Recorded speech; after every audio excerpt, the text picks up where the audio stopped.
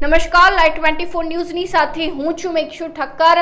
તાજેતરમાં જે રીતે મંગળવારની મધ્યરાત્રિએ ભારત સરકારે પાકિસ્તાનના 9 સ્થળો પર એર સ્ટ્રાઇક કરી છે।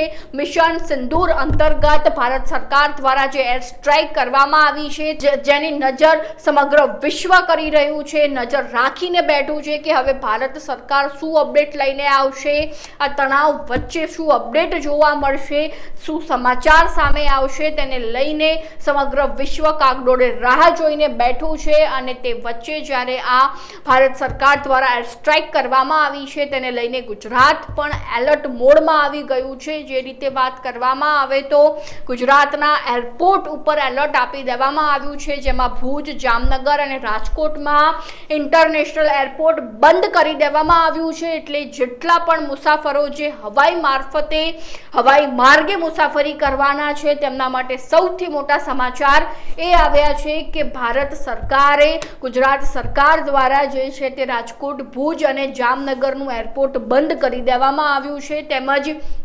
અમદાવાદનું જે એરપોર્ટ છે, Sardar Patel national international airport છે, ત્યાં પણ ચેકિંગ વધારી દેવામાં આવ્યું છે, ડબલ ચેકિંગ કરવામાં આવી રહ્યું છે, 3 જેટલી ફ્લાઇટ રદ કરવામાં આવી છે। તેમજ અમદાવાદથી ભુજ, રાજકોટ અને જામનગર જતી ફ્લાઇટ રદ કરી દેવામાં આવી છે। એટલે જો તમે ખાસ જે છે તે અમદાવાદના એરપોર્ટ મારફતે મુસાફરી કરવા જઈ રહ્યા છો, ડોમેસ્ટિક મુસાફરી કરવા જઈ રહ્યા છો, તો ખાસ એરપોર્ટ ઉપર ઇન્ક્વાયરી કરી લેજો કે કઈ ફ્લાઇટ કયા સમય દરમિયાન ચાલુ છે અને કયા સ્થાન ઉપર જશે, કેટલી ફ્લાઇટ છે।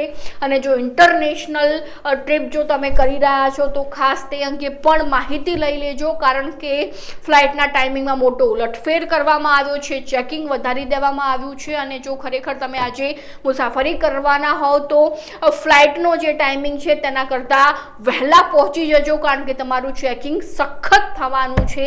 એટલા માટે હાલમાં જે ભારત સરકાર દ્વારા પાકિસ્તાન ઉપર હુમલો કરવામાં આવ્યો છે, તેને લઈને ગુજરાતમાં પણ એલર્ટ જોવા મળ્યું છે, એરપોર્ટ ઉપર મોટું એલર્ટ જોવા મળી રહ્યું છે કે ક્યાંક જો પાકિસ્તાન હુમલો કરે છે અથવા તો કોઈ કાવતરું ઘડે છે, એના માટે કરીને ગુજરાતે પહેલેથી જ એલર્ટ રહેવું જોઈએ, મુસાફરોને પણ એલર્ટ કરી દેવા જોઈએ।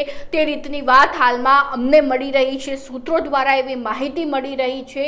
જો કે પાકિસ્તાનના સંરક્ષણ મંત્રી દ્વારા જણાવવામાં આવ્યું છે કે અમે કોઈ પરમાણુ હુમલો નહીં કરીએ, પરંતુ પાકિસ્તાન હંમેશાથી દગાબાજ રહ્યું છે, એટલા માટે પૂર્વ તૈયારીના ભાગરૂપે ગુજરાતમાં એલર્ટ આપવામાં આવ્યું છે। અને અમને ચોક્કસ સબસ્ક્રાઇબ કરતા રહેજો, અમે દરેક અપડેટ્સ તમારા સુધી પહોંચાડતા રહીશું। અને આ અંગે તમારું શું કહેવું છે એ પણ અમારા કોમેન્ટ બોક્સમાં જણાવી દેજો।